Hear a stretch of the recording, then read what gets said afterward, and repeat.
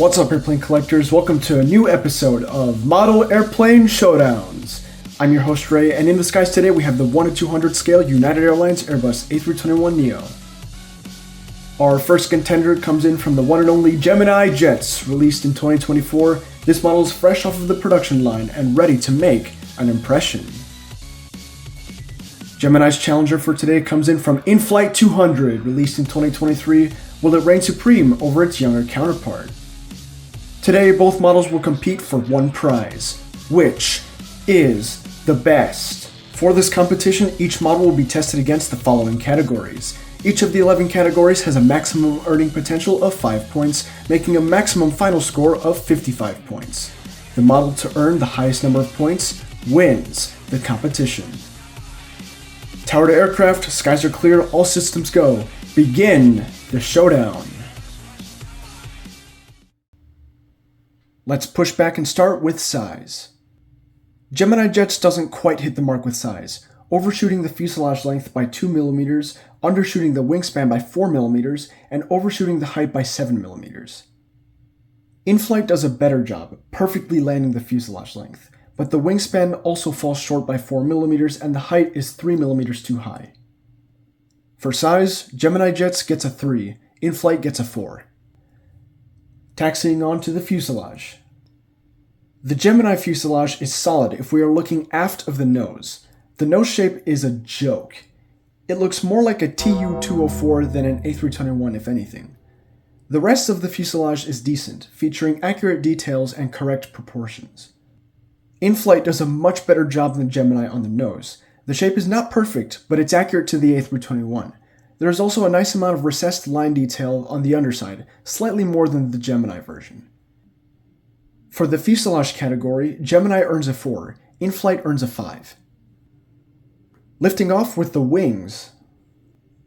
The Gemini jet's wings are nicely detailed, featuring accurate control surface details and markings. The shape of the sharklets is accurate as well. However, the wings are level with the ground, which is not accurate. Furthermore, the sharklets are bent too far inwards. The in-flight wings are just as detailed as the Gemini version. This time, they get the wing flex and sharklet angle correct, but the shape of the sharklets themselves is incorrect.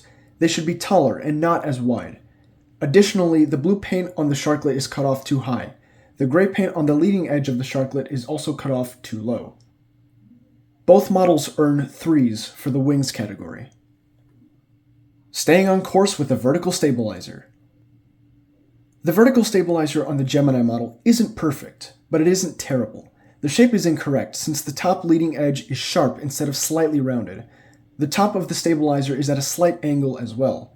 Additionally, the stabilizer is too tall. This probably contributed to the significant size inaccuracy we saw earlier. The in-flight model also suffers with its vertical stabilizer. Ironically, it has the exact opposite issues as the Gemini model. The top leading edge is too round, while the stabilizer top is too long. The size of the stabilizer is correct though. The Gemini model earns a 3, the in-flight model earns a 4 for this category. Keeping it level with the horizontal stabilizers. Both models overall do a good job with the horizontal stabilizers. The only thing I found that is worthy of point deduction is on the Gemini model. The gap on the fuselage for where the stabilizer fits is too large and easily noticeable. Gemini earns a 4, Inflight earns a 5 for the horizontal stabilizers category. Powering forward with the engines. Gemini jets did a perfect job on the engines for their model. There's nothing I can justify deducting points for. The size, markings, colors, and details are all accurate. As an added bonus, the fans even spin. Inflight falls behind its competition here. The fans and the turquoise line in front of the fans are incorrectly colored. The silver markings on the pylon are incorrect and the nozzle is too large. The fans are designed to spin, but they do not. Gemini earns a 5, Inflight earns a 3 for the engines category. Let's talk about aerial details. Gemini once again giving it their all. The aerial details on the Gemini model are excellent. The model features antennae, a sat dome, and light gems, all of which are accurate and done well. Inflight falls close behind, also featuring antennae, a sat dome, and light gems. The Sat dome isn't as good as the Gemini version since there is a small gap between the dome and the fuselage. There also appears to be some sort of scratch on it. Two of the antennae on the underside of the aircraft are also incorrectly shaped. For aerial details, Gemini earns a 5, Inflight earns a 4. Drop the landing gear. Both models differ significantly in the landing gear department. The Gemini model has permanently extended landing gear. They are nicely detailed with a few small imperfections here and there. The wheels are made out of rubber and they roll smoothly. The in-flight gear can be configured as extended or retracted. Both configurations attach through a system of magnets. The extended landing gear are nicely detailed, but the nose gear tends to bend backwards. This is due to a combination of the model itself as well as the magnetic attachment. The wheels on the in-flight model are also made from rubber and they rolled smoothly, but the shape of the tires is not as accurate as the Gemini model.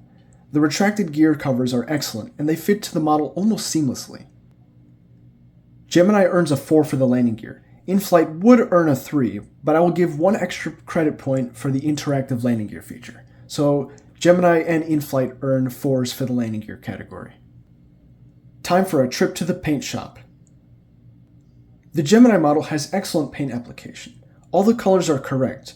There is only 2 areas I can complain about. Some of the recessed detail on the underside of the fuselage is filled with paint. There is also some sort of dent on the rear of my model.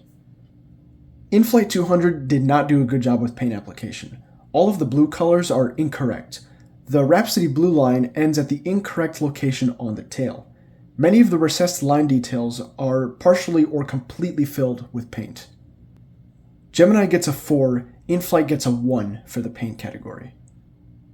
Going in close and looking at printed detail. The Gemini model features a ton of printed detail, all of which is accurate and without issues. The In-flight model takes a fatal blow with printed detail. Many of the details are smeared or missing spots. The color fade on the vertical stabilizer is printed incorrectly as well. The printed detail that is present is accurate. Gemini earns a 5, In-flight gets a 1 for the printed details category.